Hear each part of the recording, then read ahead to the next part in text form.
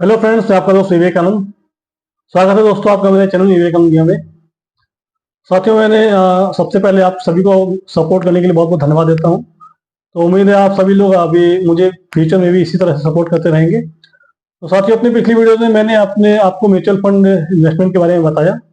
तो इस वीडियो को देखने के लिए आप मेरे चैनल पर जाकर वीडियो देख सकते हैं दोस्तों। तो दोस्तों, आज जो मैं आपके पास इसी दिशा में एक और जानकारी देने के लिए आया हूँ।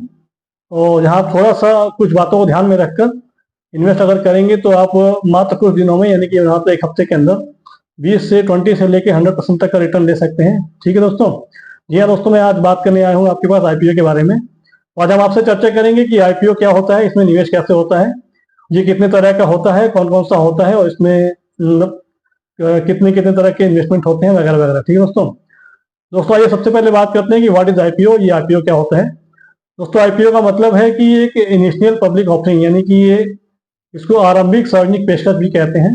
इसमें निजी कंपनियां सार्वजनिक निवेशकों से, सार्वजनिक निवेशक यानी कि आपका क्यूआईबी हो गया, क्वालिफाइड इंस्टीट्यूशनल बायर, एनआईआई हो गया, नॉन इंस्टीट्यूशनल इन्वेस्टर, ठीक है दोस्तों, और आपका रिटेल इन्वेस्टर। तो यानी कि ये आपका सार्वजनिक निवेशकों से इक्विटी पूंजी जुटाने के लिए जनता को अपना शेयर बेचती हैं। ठीक है दोस्तों। तो इसमें फायदा कैसे होता है ये कंपनियों को, तो जैसे जो कंपनी इशू करती है, आईपीओ इशू करती है, उसको फायदा क्या होता है।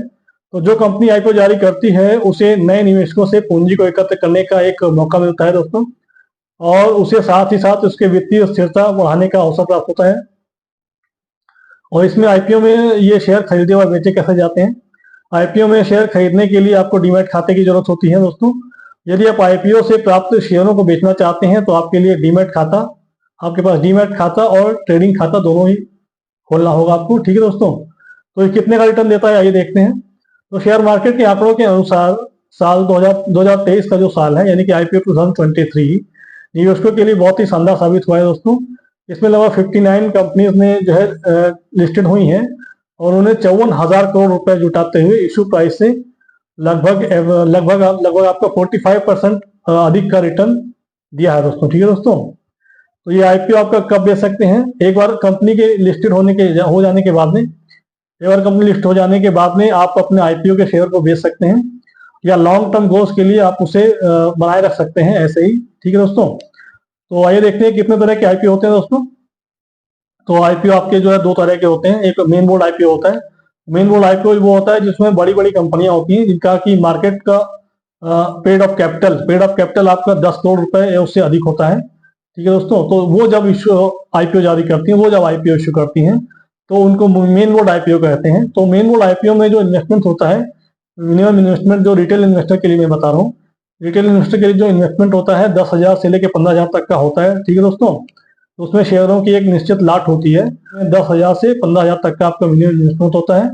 और रिटेल इन्वेस्टर के लिए जो मैक्सिमम इन्वेस्ट होता है वो 2 लाख रुपए तक का हो सकता है, मतलब 2 लाख रुपए तक का भी जा सकता है, या कुछ केस में इससे भी अधिक हो सकता है। ठीक है दोस्तों। तो इसमें जो है कुछ मेन बोर्ड आईपीओ जो है, जैसे मक्का प्रोटीन आईपीओ, जिसने की अभी 51% तक का लिस्टिंग का गेन दिया है आपको। ठीक है दोस्तों। आपका एक्सिकॉम टेली सिस्टम्स लिमिटेड हो गया, इसमें लिस्टिंग गेन दिया है आपको 58% तक का। ठीक है दोस्तों। विभो स्टील ट्यूब लिमिटेड हो गया आपका, इसने लिस्टिंग गेन आपको दिया 192% दिया दोस्तों। इसने लिस्टिंग के डे में ही आपका जो है लगभग आपका जो पैसे का लगभग 3 गुना कर दिया है दोस्तों। ये तो हो गया आपका मेन बोर्ड आईपीओ। दूसरा आपका जो आईपीओ होता है वो एसएमई आईपीओ होता है। तो एसएमई आईपीओ जो होता है वो छोटे और मध्यम उद्योग जब पहली बार स्टॉक एक्सचेंज पर जनता को शेयर पेश करके पूंजी जब जुटाते हैं, तो उनका जो न्यूनतम पेड अप जो कैपिटल होता है मिनिमम 1 करोड़ रुपए होता है। ठीक है दोस्तों। तो इसमें मिनिमम इन्वेस्टमेंट 1 लाख रुपए से शुरू होता है और मैक्सिमम 1 लाख, 1.5 लाख, या इससे कभी कभी थोड़ा इससे ऊपर भी आ सकता है। ठीक है दोस्तों।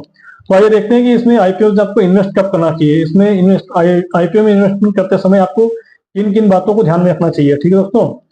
तो सबसे पहले आइए देखते हैं कि कंपनी का फंडामेंटल, यानी कि आप जिस भी कंपनी में इन्वेस्ट करने जा रहे हैं उसका एक फंडामेंटल स्ट्रांग होना चाहिए दोस्तों। ठीक है दोस्तों।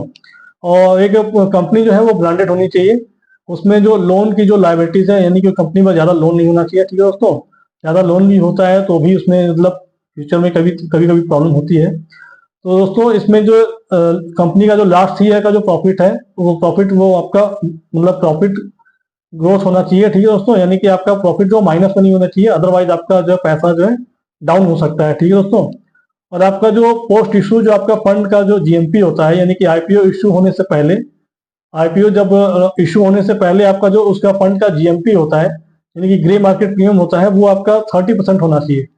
तो ये 30, ये जीएमपी आप कैसे निकालेंगे? जीएमपी आप जैसे कि आप नेट पर सर्च कर सकते हैं कि जैसे आप जिस भी आईपीओ में इन्वेस्ट करने जा रहे हैं उसको नेट पर सर्च करिए कि GMP of so and so fund. ठीक है दोस्तों, सपोज दैट अगर आपका कोई जीएमपी, आपको कोई आईपीओ आपका जारी होने वाला है, इशू होने वाला है, उसका एक शेयर का प्राइस 240 रुपीज है। ठीक है दोस्तों, तो उसका आपका जीएमपी मान लीजिए मार्केट में शो कर रहा है उसका 120 रुपीज। तो आपका जो जीएमपी का परसेंटेज निकालेंगे कितना परसेंट गेन कर रहा है वो, तो 1 जीएमपी जो आपका 120 रुपीज हो गया पर share, divided by issue price यानी कि 240 इंटू 100। ठीक है दोस्तों, यानी कि आपका लगभग वो 50% तक का गेन आपको दे रहा है। ठीक है दोस्तों, तो इस तरह से अगर 120 रुपीज आपका 240 रुपए के शेयर पे दे रहा है, यानी कि 50% आपका लिस्टिंग गेन वो दे सकता है। तो इस तरह से अगर ये आपका जीएमपी आपका 30% से 50% या और भी ऊपर होगा तो आपको उतनी ज्यादा लिस्टिंग गेन के चांसेस होंगे। ठीक है दोस्तों, तो जो अपकमिंग आईपीओ जो है वो कौन कौन से हैं देखें। भारतीय हेक्साकॉम हो गया, Bharti Hexacom limited, boAt, Joyalukkas, इविक्स cash, Ola Ola electric mobility. ठीक है दोस्तों, ओयो, ये आपके जो है ये आईपीओ हैं, ये आने वाले हैं। ठीक है दोस्तों, अब दोस्तों ये साथियों आईपीओ में ध्यान रखने योग्य की बात यह है कि आईपीओ में इन्वेस्टमेंट की जो है 3 कैटेगरी होती है। तो 3 कैटेगरी क्या होती है मैंने अभी आपको स्टार्टिंग में बताया था।